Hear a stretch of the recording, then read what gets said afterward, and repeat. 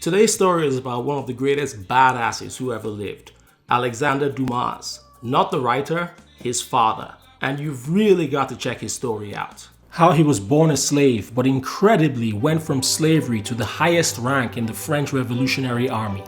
He was general of all the French cavalry, basically the best unit on the battlefield at the time, equal in rank to Napoleon. How he was so good with the sword, his enemies called him Schwarzer Teufel, the Black Devil. How he sacrificed everything to fight against tyranny and end slavery across the world. How he falls in love with a beautiful French girl and wins her father's respect protecting their village.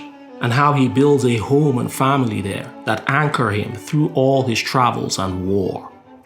Until the battle for freedom was betrayed by Napoleon's greed for power. Until a world that at the time was becoming gradually less racist became more racist than ever. Until General Alexander Dumas, hero of the revolution, was betrayed by Napoleon, left to die, and his family thrown into poverty. His legacy was erased, as well as the legacies of all the black people who fought for freedom in the French Revolution and across the world. But then his son picked up the pen. Named after him, Alexander Dumas became one of the greatest writers in French and Hollywood history. His work has thrilled billions on page and screen, but very few knew really the inspiration behind stories like The Three Musketeers, The Man in the Iron Mask, and The Count of Monte Cristo. Even though he was dismissed by a racist French literary establishment early in his career, he became the most popular writer in France. And he retold the story of his father and restored his father's legacy. Eventually, a statue was built to honor him in Paris. But then in the 1930s, the world became more racist again, and the Nazis went out of their way to destroy that statue. We need to tell these stories because they tell us the world can get better, but they also tell us the world can get worse.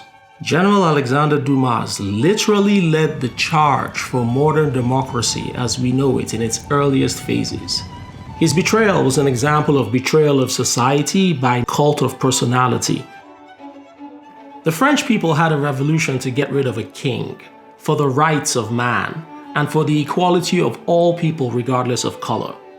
They ended up with an emperor and slavery reinstituted across the world. It's hard not to see this as an epic failure. But history is written by the winners.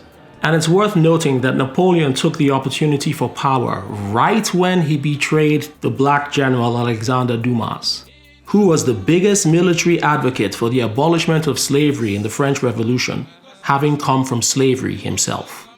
There's an African proverb that says, "Until the lion has a historian, the hunter will remain the hero." So enjoy the story.